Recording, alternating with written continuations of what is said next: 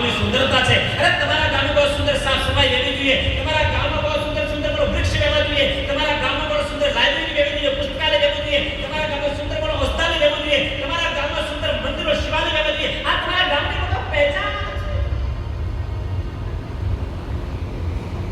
ये सब चीजों રહેવી જોઈએ. આપણા ગામમાં લાઇબ્રેરી પુસ્તકાલય રહેવું જોઈએ, છોકરાને પણ ભણવા જોઈએ નિઃશુલ્ક.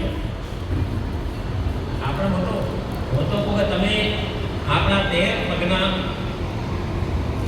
સમાજના બંધુ છે ને, આ ખાલી જાડા નહીં, 1 સાલ સુધી આ જેટલો બી વ્યસન કરે છે ને, આ છોડી નાખે, અરે મોટી મોટો હેક્ટ મોટો તૈયાર થઈ જાય. એટલો બી બચત થાય.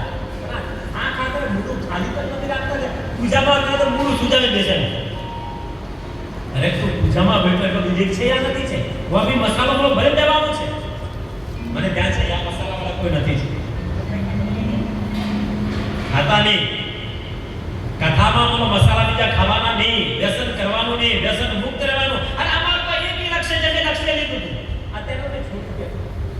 દેખો 2 વર્ષમાં એક સંકલ્પ લીધો હતો. કેવો સંકલ્પ લીધો? મેં આ સંકલ્પ લીધો હતો કે મેં જબ તક મારો સમાજ વ્યસન મુક્ત ન થાય ત્યાં સુધી બોલો આ કાર્ય ન છોડો. અમે સતત કરતો રહી તાકી આ સમાજ વ્યસન મુક્ત થાય.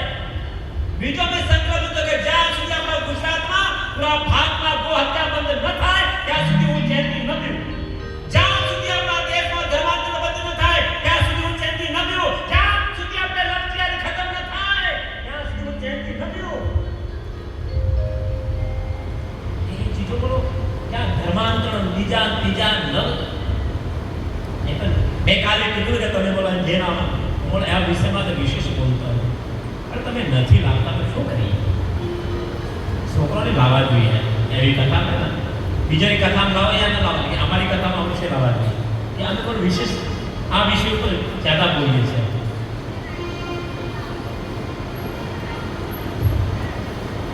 આ ચંચુલા રાસ્તો ભટકે છે, ક્યાં જાય છે? દ્વાર દિગે પૂછે છે કેવું નગર છે, આ શું છે, આ કેનું મંદિર છે? તો કીધું કે આ મંદિર નથી છે, આ શિવાલય છે. શું છે? આ મહાદેવીનો શિવાલય છે. જ્યાં બોલો મૂર્તિ और प्रतिष्ठा જે છે એને દેવાલય કહીએ છીએ, મંદિર કહીએ છીએ. અને જ્યાં બોલો ભગવાન શિવની શિવલિંગ વિરાજમાન રહે છે એને શું કહીએ છીએ? શું કહીએ છીએ? શિવાલય.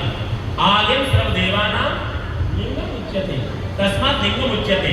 જ્યાં સબ દેવતા વિરાજમાન રહે છે એનું નામ ક્યાં શું છે? આલયમ સર્વ દેવાના, તસ્માત લિંગમ ઉચ્યતે. જ્યાં शिवलिंग विराजमान है से એને આપણે શિવાલય કહીએ છીએ. और प्रत्येक व्यक्ति બોલો શિવાલય જવું જોઈએ. આ નિયમ લેવો જોઈએ. प्रत्येक વ્યક્તિને શિવાલય જવું જોઈએ.